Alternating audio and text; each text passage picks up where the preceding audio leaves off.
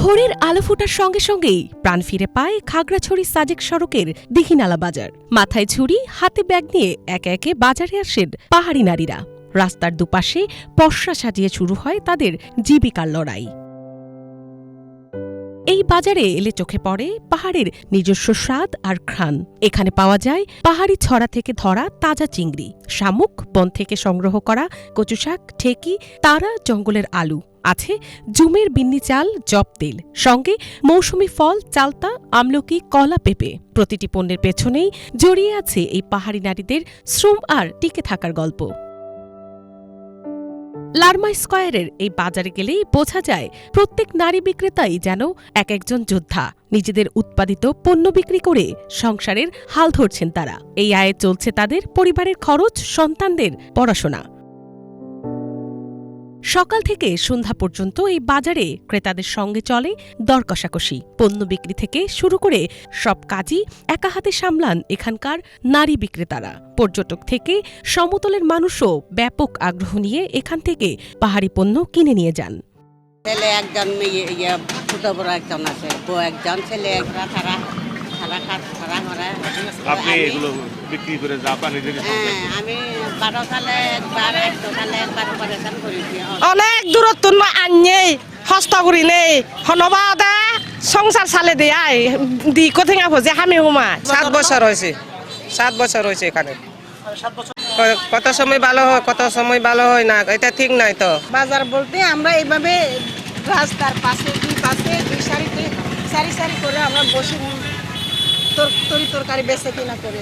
তারপরে যদি একটা স্থায়ী বাজার হতো তাহলে ভালো হতো, আমরা নিরাপদে বসে তরকারি বিক্রি করতে পারতাম।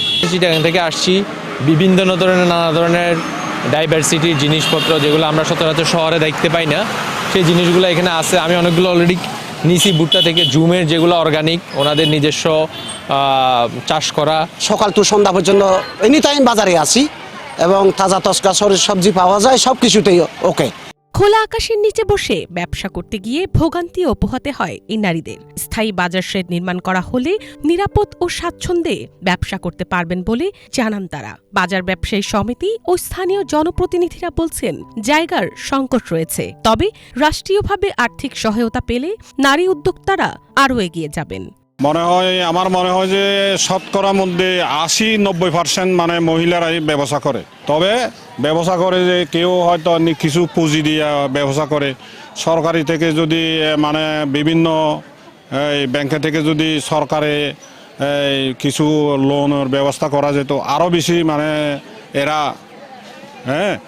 এরা কিনাকা পুঁজি খাতায় হয়তো কিছু লাভবান হইতো আর কি। কোনো না কোনোভাবে হয়তো তাদের একটা ব্যবসা কেনা করা খোলা মাঠে একটা পরিবেশ, কিন্তু বর্ষাকালে এরকম কোনো পরিবেশ নেই।